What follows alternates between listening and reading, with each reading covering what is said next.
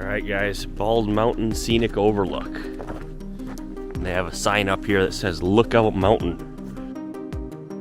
So I wanted to get a good view of Lake Superior before I left Ironwood, and I found the scenic overlook on Bald Mountain, about a 25-minute drive from downtown Ironwood. The views did not disappoint. After that, I drove another 10 minutes to make my way closer to Lake Superior and stopped at a county park to catch another quick shot with the drone.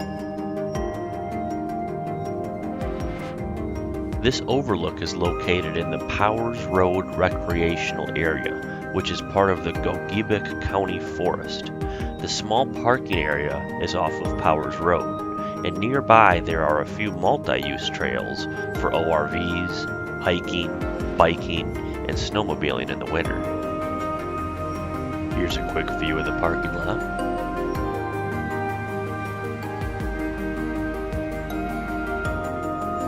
Alright guys, we're still in Ironwood, Michigan, and we just arrived at Little Girls County Park. It's kind of a strange name, but it's certainly a beautiful area here, right on the edge of Lake Superior. There's some camping here, there's a lodge, it's closed for the season, but we're gonna go ahead and take the drone out real quick.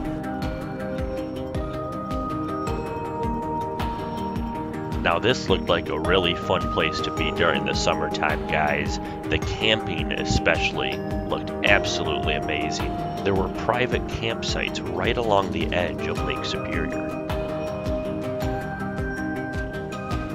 This spot is also known for one of the most unique pebble beaches in the entire Upper Peninsula.